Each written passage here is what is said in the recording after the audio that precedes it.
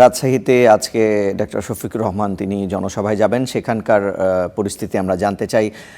আমরা এখন সরাসরি যুক্ত হতে চাই আমাদের সহকর্মী জিয়াউল গলি সেলিমের সঙ্গে। সেলিম, আপনার কাছে জানতে চাই জামাতের আমিরের আগমন উপলক্ষে প্রস্তুত হয়েছে কিনা সমাবেশ স্থল এবং নেতাকর্মীরা সেখানে উপস্থিত হয়েছে কিনা জানাবেন। রিশান, আপনি যেটি বলছিলেন একটু আগে যে রাজশাহী অঞ্চলের 5টি নির্বাচনী জনসভায় যোগ দেবেন জামাতের আমির শফিকুর রহমান, তার মধ্যে একটি হচ্ছে রাজশাহী গুরুত্বপূর্ণ রাজশাহী নির্বাচনী জনসভা। এই জনসভাটি আজকে বিকেল 3টায় রাজশাহীর ঐতিহাসিক মাদ্রাসা মাঠে অনুষ্ঠিত হবে। এর জন্য এরই মধ্যে সকল ধরনের প্রস্তুতি সম্পন্ন হয়েছে। বিশেষ করে আমরা এখন যে মঞ্চের সামনে দাঁড়িয়ে আছি সেই মঞ্চ একেবারেই পুরোপুরি প্রস্তুত। সেই মঞ্চকে ঘিরে আসলে রাজশাহী জেলার যে 6টি আসন রয়েছে সেই 6টি আসনে এমপি প্রার্থী জামাতের তাদের ছবি রয়েছে। এর পাশাপাশি মঞ্চের ডান পাশে এবং বাম পাশে জুলাই যোদ্ধা এবং শহীদ পরিবারের সদস্যদের জন্য বসার জায়গাও করা হয়েছে। এর বাইরে এবারই ব্যতিক্রম আমরা দেখছি যে রাজশাহীর সেই জামাতের ওই জনসভায়, নির্বাচনী জনসভায় নারীদের জন্য আলাদা জায়গা রাখা হয়েছে। অর্থাৎ এই মাদ্রাসা মাঠ যেটি আছে এই পুরো মাঠের এক ভাগে নারীরা বসবেন অর্ধেক অংশে এবং অর্ধেক অংশে পুরুষরা বসবেন। এই দুই ভাগে বিভক্ত করা হয়েছে পুরো মাঠটিকে। ফলে প্রকৃত অর্থেই আসলে পুরোপুরি প্রস্তুত হয়ে উঠেছে এই রাজশাহীর মাদ্রাসা মাঠের জনসভার এই প্রস্তুতি পর্ব। এর আগে আজকে বেলা 11টায় নওগাঁ এটিএম মাঠে জনসভায় বক্তৃতা দেওয়ার কথা রয়েছে জামাতের আমিরের। এরপর তিনি সেখান থেকে চলে যাবেন চাঁপাইনবাবগঞ্জ সরকারি কলেজ মাঠে, সেখানে দুপুর 12:30টায়। এরপরে রাজশাহীর আরেকটি আসন, রাজশাহী 1 আসন, যেখানে প্রতিদ্বন্দ্বিতা করছেন জামাতের কেন্দ্রীয় নায়েবে আমির মুজিবুর রহমান, তার নির্বাচনী এলাকা গোদাগাড়িতে তিনি আরেকটি নির্বাচনী জনসভায় যোগ দিবেন। এরপরে রাজশাহীতে আসবেন। রাজশাহীতে এসে তিনি রাজশাহী অঞ্চলের যে সমস্যা, সম্ভাবনা এবং মানুষের কর্মসংস্থান, মূলত এই নির্বাচনের যে ইশতেহার ঘোষণা করা হচ্ছে এই ইশতেহারের আলোকেই তিনি এই বার্তাটি দিতে চান, এরকম নেতাকর্মীরা জানিয়েছেন। তারা বলছেন যে রাজশাহী অঞ্চল আগে থেকে অবহেলিত, যাতে আগামী নির্বাচনকে কেন্দ্র করে তারা এগোচ্ছেন, বিশেষ করে কর্মসংস্থানে তারা যোগ দিতে চান।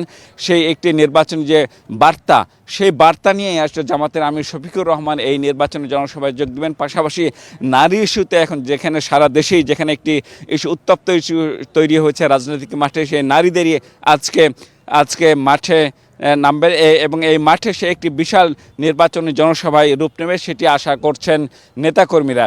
নওগাঁর এটিএম মাঠে আছেন আমাদের সহকর্মী তৌহিদ হোসেন। আমরা এখন চলে যেতে চাই তৌহিদের কাছে। তৌহিদ,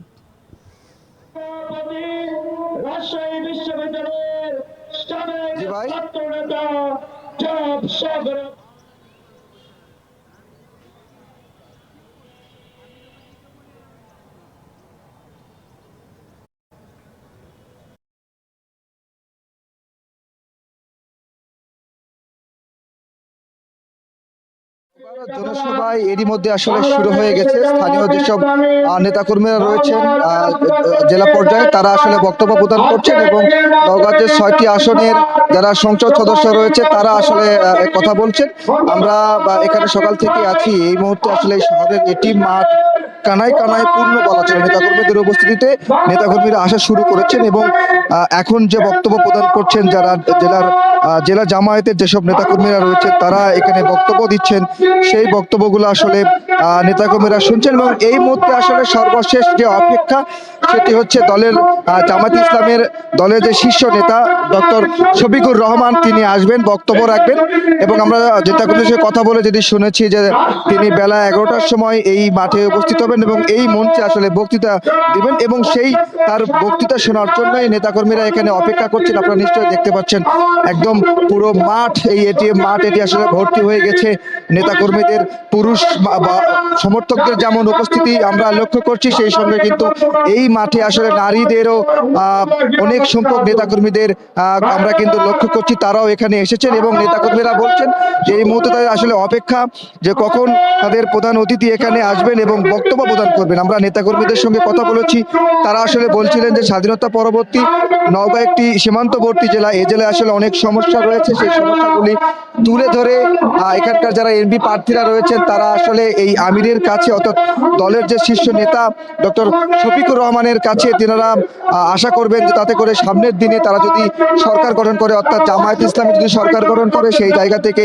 এই নওগাঁর যে স্থানীয় সমস্যাগুলো রয়েছে বিশেষ করে গ্যাস লাইন চাচ্ছেন তারা এবং এই যে নওগাঁ শহরের যে প্রধান সড়ক সেটি আসলে 4 লেনে উন্নতিকরণের বিষয়টি যাচ্ছেন। এছাড়া কর্মসংস্থানের সুযোগ যেন এই জেলায় বেশি বেশি হয় সেটিও আসলে তারা চাচ্ছেন। এছাড়া আসলে ইনসাফ ভিত্তিক যে সমাজ প্রতিষ্ঠা সেই দিকে কিন্তু নজর দেওয়ার কথা বলছেন এখানকার স্থানীয় যেসব নেতাকর্মীরা রয়েছেন। এখন এই মুহূর্তে আসলে অপেক্ষা যে কখন আসবেন জামাতের আমির এবং তাদের উদ্দেশ্যে বক্তব্য প্রদান করবেন এবং নেতাকর্মীরা মনে করছেন যে ডক্টর শফিকুর রহমান নওগাঁর জন্য তার বক্তব্যে আসলে সুবার্তা দিবেন এমনটি কিন্তু মনে করছেন এখানকার নেতাকর্মীরা।